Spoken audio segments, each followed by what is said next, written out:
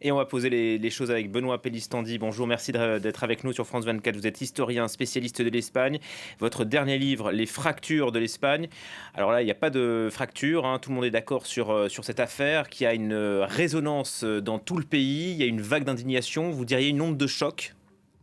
Sans aucun doute, une onde de choc qui est liée aussi au fait que ça vient gâcher une très belle fête qui était la victoire de l'équipe féminine dans ce mondial le féminin de football. Mm. Et c'était d'autant plus important en Espagne que le football occupe en Espagne une place absolument considérable et centrale, et que le football féminin n'y était pas complètement respecté. Et ça ne faisait qu'une toute petite dizaine d'années que, pied à pied, il finissait par occuper un certain espace. Et là, cette victoire absolument splendide eh bien, permettait tout d'un coup de, pas réhabiliter, mais de placer le football féminin à égalité avec le football masculin. Et donc la fête est entièrement gâchée parce qu'on a eu l'illustration d'un comportement machiste, brutal, grossier, vulgaire, et qui est, je dirais, multiplié par la manière dont Rubiales s'accroche à son poste de façon complètement indécente. Un geste qu'on n'aurait jamais imaginé venu d'un Espagnol, tant le pays est attaché aux droits des femmes, hein. Il est vraiment à l'avant-garde en Europe.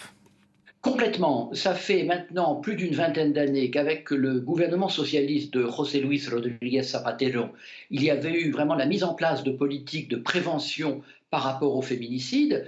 Et à cet égard, l'Espagne a effectivement un taux le plus faible d'Europe.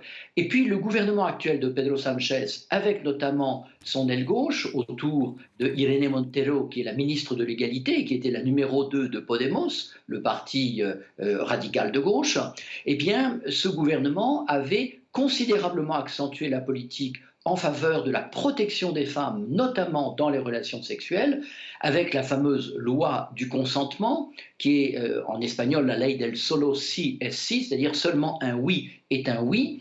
Or là, on a bien vu en effet que le président de la fédération de football a embrassé la joueuse. Alors, il dit c'est la joueuse qui en fait m'a déséquilibré, c'est pour ça. Il essaye de trouver des arguments absolument fallacieux. En fait, on a un comportement d'une obscénité extrêmement grave et qui vient percuter complètement tout l'effort que la société espagnole est en train de faire pour éliminer ces pratiques et ces gestes qui effectivement relèvent d'une autre mentalité et d'un autre âge. Ouais, d'un machisme qu'on pensait appartenir au passé. Vous parliez de politique. Est-ce que ce geste est-ce que cette condamnation est unanime au sein de la classe politique espagnole? Est-ce que par exemple la droite et l'extrême droite la condamnent?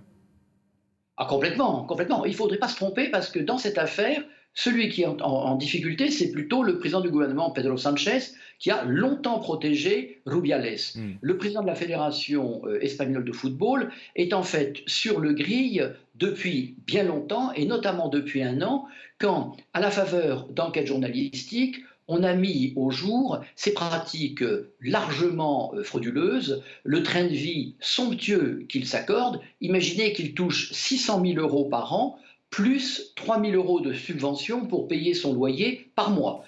Et donc, on sait qu'il fait des voyages privés avec sa famille sur les frais de la Fédération espagnole de football.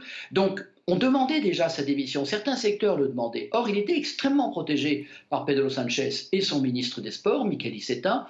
Et donc, en réalité, le gouvernement socialiste, qui a tout de suite condamné et qui aujourd'hui est en train d'obtenir, enfin d'essayer d'obtenir la démission de Rubiales, a longtemps été un protecteur. Alors il ne faudrait pas croire que, par exemple, les gens de Vox, qui ne sont pas favorables aux politiques en faveur de la femme, aient trouvé le comportement de Rubiales décent. De ce côté-là, la fracture n'est pas sur droite-gauche, je dirais la fracture est entre gens éduqués et personnalités absolument, j'allais presque dire primaires. Oui, on sort de la sphère politique. Vous diriez que les socialistes, là, jouent une carte politique dans cette affaire? C'est devenu un marqueur politique alors qu'on le sait, l'Espagne se cherche une majorité?